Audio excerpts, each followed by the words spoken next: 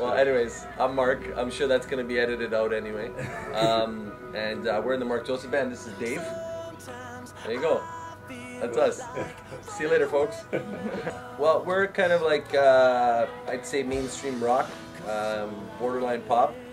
So, kind of say a little bit of adult contemporary. Well, I wouldn't go so far to say that we're Michael Bublé's by any point, but we definitely are into the rock and kind of scene, easy rock, so to speak.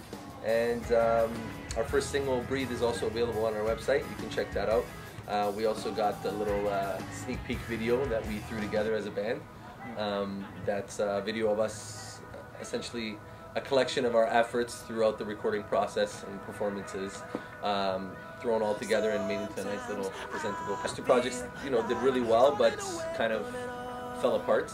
And now we're, I was kind of in that place where I just wanted to play music and do what I love to do. So we started just playing in a small little bar, Well, you started by yourself, really. Yeah, essentially. So I started playing in a small little bar and met some musicians that were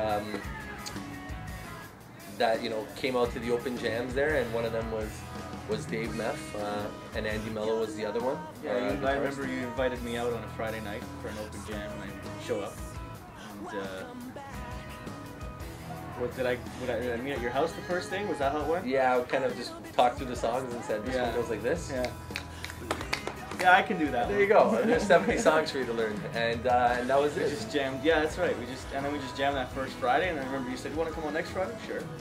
Yeah, we didn't really have much, in terms of monetary compensation, but we did it because we loved it. And very loose. Yeah, before we knew it, it just exploded, and bars started fighting over us. Yeah, and we had people. I know, and we had people. We didn't even have a name, and people were pretty much asking. They wanted to book the band, but didn't know what to put on their posters and flyers. So. I kind of figured the best thing to do at that point was just to make sure that I kept us together and always going this project. So I entitled it the Marc Joseph Band, which is essentially my name, only to make sure that whoever decided to come and go, that the Marc Joseph Band would continue on. I know myself, Marc was actually part of my musical career very soon in it, as that with my first band. We were very much just a garage band, just practicing in the basement. It was called Apple Box, and we good friends from high school. Great band.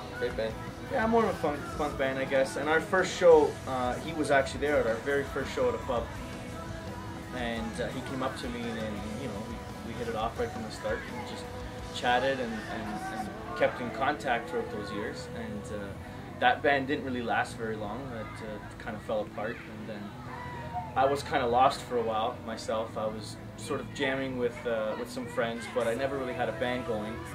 And I had a full-time job doing IT, and I was just losing interest in sort of what I was doing with my life. And then one day I decided to just throw it all away and pursue music, and that's By throw it all away, you mean? Oh, I just quit the job. Yeah, I quit my job, and I asked my parents if I can move back in with them, because I was living in the city at the time. But thank goodness for them. Thank you very much, because now you're supporting all of his bandmates. It was a very head-first maneuver by me. I didn't really know what I was getting into, but within 3 months, Marc called me and said, "Let's jam."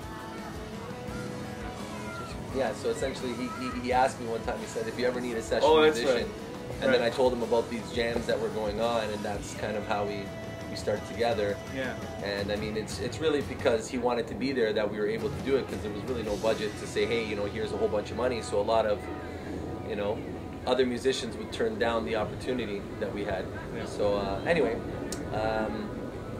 myself, I met Dave at his first gig. I saw him perform, and I thought he was an incredible drummer then. And I introduced myself, and we actually met through his mom. We used to go to the same exercise class together, and she told me about her son that was such a great drummer.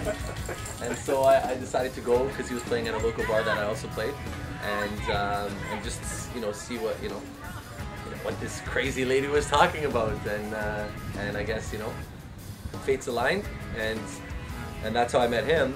there's no reason for us to do this unless we love it, and that's that's the bottom line for us. We're not going to do this just for the money or just for riches and success. Sometimes that's more headaches than what it's worth.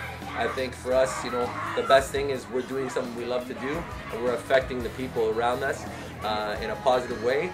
And so whether that's overseas, on Mars, in front of 80,000 or in front of 10, we'll. What about 100,000? 100,000 is great too. I would love to play in Rio de Janeiro. Maybe 120,000. That would be okay. I'd hate to see you on that thing. Yeah, no, I would probably be a little nervous, to say the least. But I'd have a vegetable platter and some green M&Ms and all that kind of stuff too, which would. Yeah. So yeah, again, check us out. Our website's www.themarkjosephband.ca, and you can get us on Facebook / the Marc Joseph Band, and as well as MySpace, the Marc Joseph Band, and essentially all you gotta do is Google the Marc Joseph Band and you'll find us. Yeah, if you go to our website, you can see the new trailer for Breathe, and we hope to see you guys July 28th at the Hard Rock Cafe, where we'll be giving away $5,000 and a performance for charity of your choice. And that's all Saturday, July 28th at the Hard Rock Cafe in Toronto.